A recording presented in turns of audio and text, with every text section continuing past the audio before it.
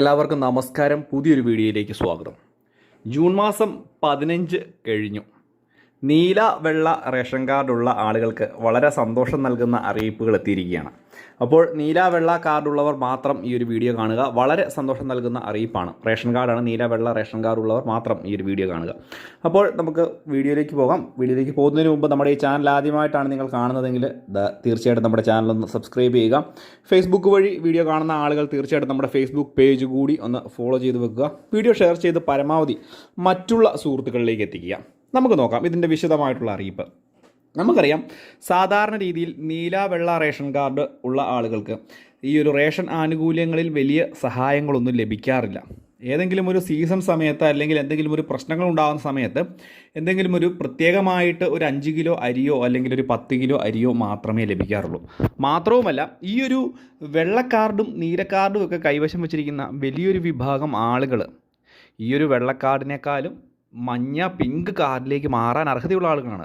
BPL ലിസ്റ്റിൽ ഉൾപ്പെട്ടുള്ള പ്രധാനപ്പെട്ട ആളുകൾ വരുന്നത് വെള്ളക്കാർഡിലാണ്. അവർക്ക് ആനുകൂല്യങ്ങളൊന്നും ഇല്ലതാനും.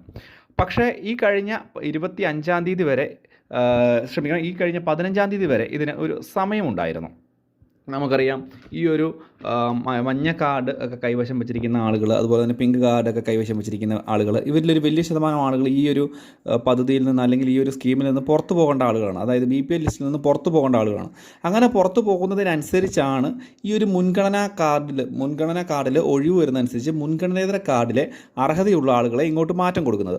ഈ കഴിഞ്ഞ 15-ാം തീയതി വരെ ഇതിന് ഒരു സാവകാശം നൽകിയിരുന്നു അപേക്ഷ വയ്ക്കാനായിട്ട്. അതായത് മുൻഗണനേതര കാർഡുള്ള, അതായത് നീല വെള്ള കാർഡുള്ള മുൻഗണനാ കാർഡിന് അപേക്ഷിക്കാൻ സാധിക്കുന്ന അല്ലെങ്കിൽ അവർക്ക് അർഹതയുണ്ട് എന്ന് നമ്മൾ മുൻപ് പറഞ്ഞ മാനദണ്ഡങ്ങളുണ്ടായ ആളുകൾക്ക് എല്ലാവർക്കും തന്നെ അപേക്ഷ വയ്ക്കുവാൻ സാധിക്കുമായിരുന്നു.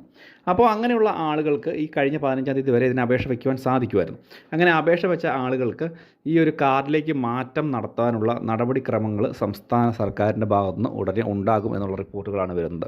അപ്പോൾ ഈ അപേക്ഷ വെച്ചിട്ടുള്ള വലിയൊരു ശതമാനം ആളുകളുണ്ട്. അവർക്കെല്ലാം തന്നെ ഇതിലേക്ക്, ഈ ഒരു മുൻഗണനാ കാർഡിലേക്ക് മാറ്റം കിട്ടുമെന്നുള്ളതാണ് ഇതിൻ്റെ ഒരു പ്രത്യേകത. കൂടാതെ ഇനിയും ആളുകൾ മുൻഗണനാ കാർഡിന് അർഹതയുള്ള ആളുകളുണ്ട്, ഈ മാനദണ്ഡങ്ങളൊക്കെ പാലിച്ചിട്ടുള്ള ആളുകൾ.